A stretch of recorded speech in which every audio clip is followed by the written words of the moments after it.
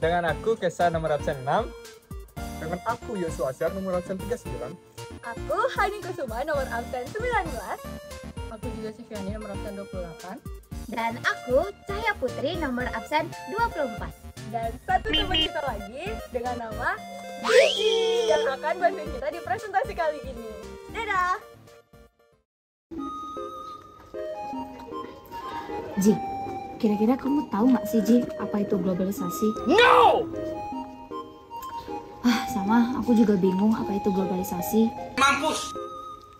Kira-kira apa ya globalisasi? Nah, tadi temen aku Cahya sama Gigi udah bingung tuh tentang globalisasi. Teman-teman juga pasti bingung juga kan? Jadi, globalisasi sendiri berasal dari kata globalization, yang dimana global berarti dunia dan station berarti prosesnya. Jadi dari sana dapat kita simpulin kalau globalisasi ini artinya adalah proses menembus suatu batas negara yang disebabkan oleh kemajuan teknologi dunia dan global. Adapun 4 definisi globalisasi menurut para ahli, yaitu Yang kedua, Dan yang ketiga, dan yang keempat. nah selanjutnya adalah faktor pendorong dari terjadinya globalisasi. Yang pertama adalah ilmu pengetahuan, teknologi, sistem perekonomian negara, perusahaan multinasional, dan adanya hubungan antar negara.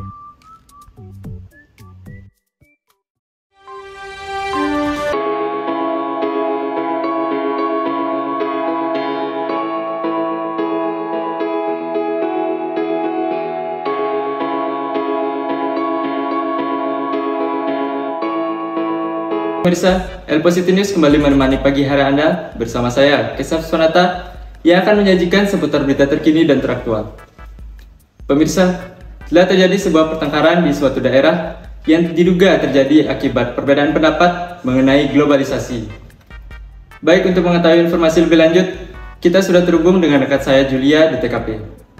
baik, terima kasih Kesa atas laporannya. Sekarang saya sudah berada di TKP dengan 3 perusuh di belakang saya. Langsung saja kita wawancarai satu persatu.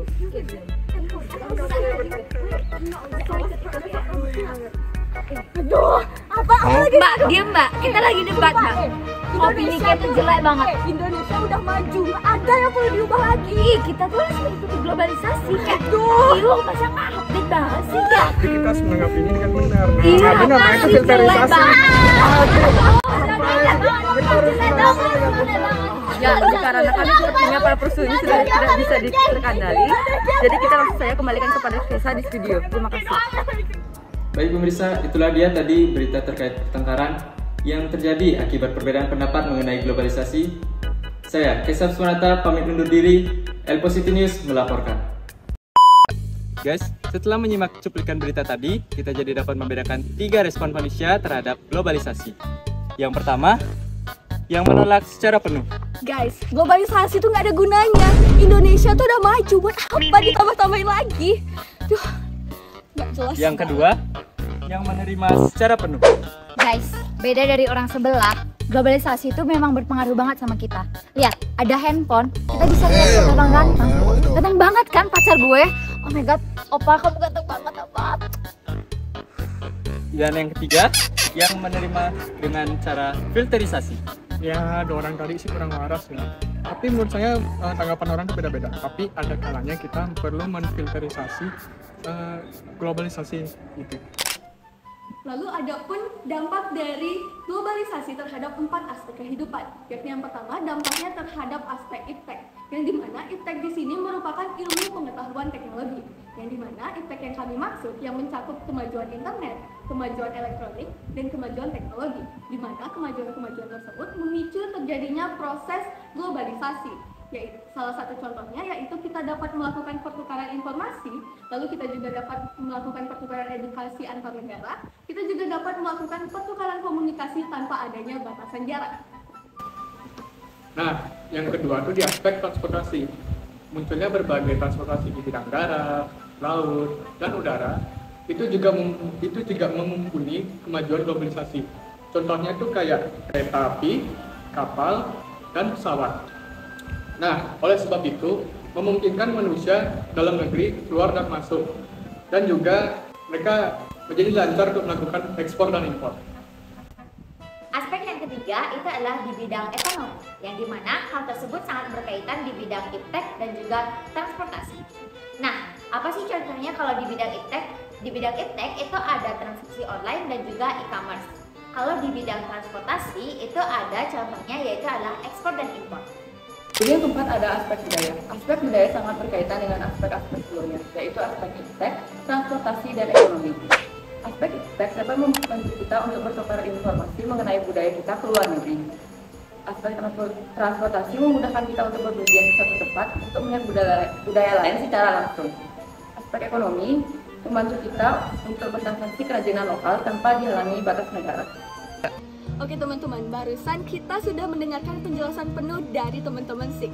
Mungkin setelah mendengarkan penjelasan tersebut, dari teman-teman punya pertanyaan atau kekhawatiran.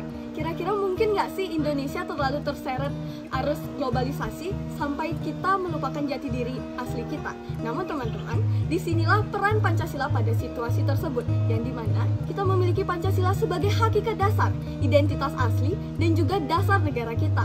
Jadi, seberapa jauh pun kita melangkah, seberapa banyak pun hal-hal yang masuk ke dalam negara kita, sejatinya kita tetaplah memiliki satu identitas yang sama, yakni Pancasila.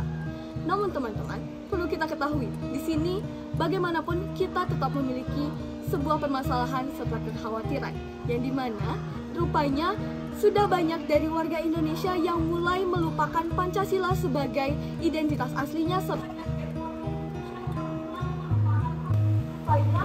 sudah banyak dari warga Indonesia yang mulai melupakan Pancasila sebagai identitas aslinya seperti itu. Ya, benar juga ya. Sekarang banyak banget warga negara Indonesia yang benar-benar lupa sama dari dulu. Iya, no, buktinya juga banyak yang menerima globalisasi tanpa filterisasi kan? Bantuin kita yuk.